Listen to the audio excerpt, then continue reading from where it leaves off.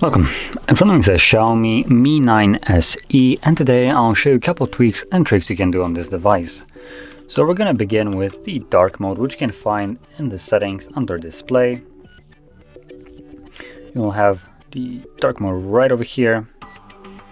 Let's cancel this. And as you can see, we do have the simple toggle for it. We also have the ability to set it up as a schedule, which is a really nice thing. So as you can see, it will enable itself at 7 p.m. and disable itself at 7 a.m.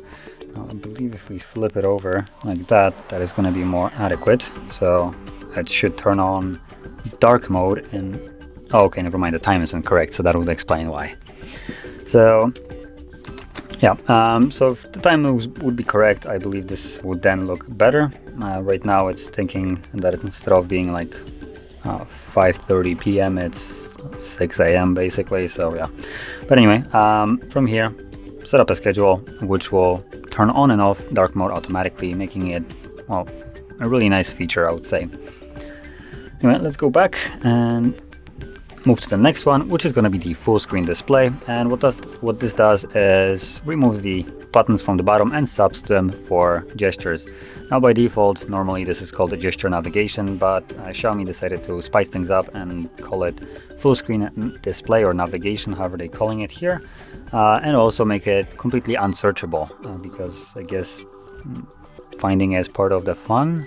I have no clue. But anyway, let's find it, which I believe it's located in additional settings. Yep, full screen display and full screen gestures.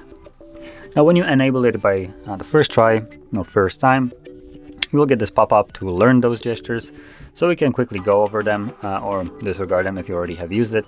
Let's stop on learn, and quick swipe from the bottom will basically act as a home button. Then swipe up and hold is a reset, and swiping from the sides is the equivalent of the back button. And as you can see, the gestures are fairly intuitive, really nice and quick to use, and also a little bit better placed than the buttons at the bottom, what I would say.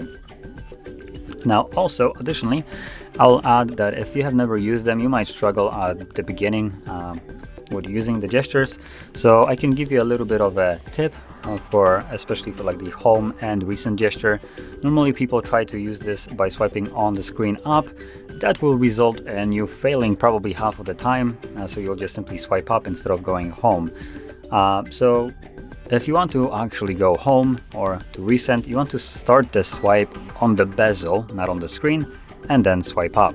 This will result in you actually getting the gesture correctly every single time. So anyway, let's move on to the next option, which is called split screen. Now this can be fairly useful for some apps. As an example, YouTube is one of the prime candidates, what I would call for split screen. Now disregard the fact that I have no internet.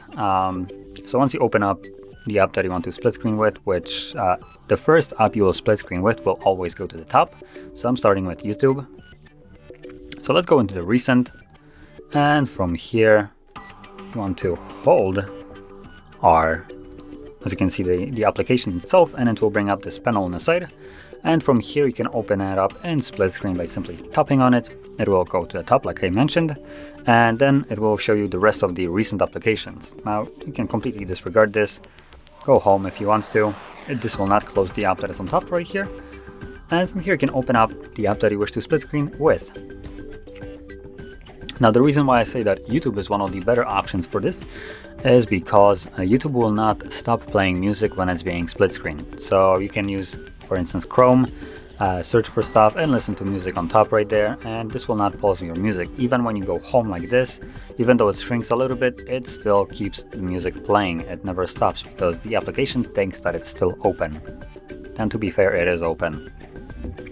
Now additionally, what you could do is, let me just quickly make it full screen and go back to the recent.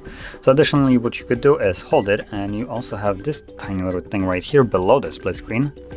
And this opens up a floating window, which, as you can see, is just a tiny little window which can move to the side, minimize it, which I believe it still works normally when it's minimized.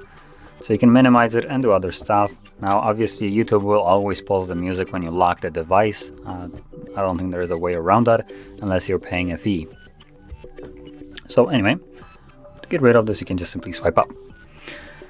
Now moving on to the next option, it's going to be the game turbo, and you can find it again in the settings. You can actually hit the settings button and special features right at the top, game turbo, and as you can see it will open up this kind of boost window with a couple different information right at the top in this super faint text. So right now we have 10% CPU usage, I believe. Let me just quickly, actually I have no clue because they both are the same, so I believe one is probably like the CPU and GPU usage. I have no clue which one is which.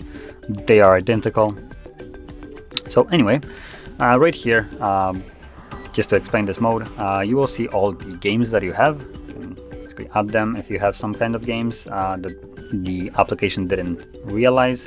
You can do this, and when you launch them from this application, they will have specific additions to them. So as an example, launching any kind of game from here will give the game more performance. So any kind of app that is running in the background, so as an example for me it would be settings and YouTube, will be terminated, so it won't use any kind of resources of the device, giving the full speed of the device just to the single game.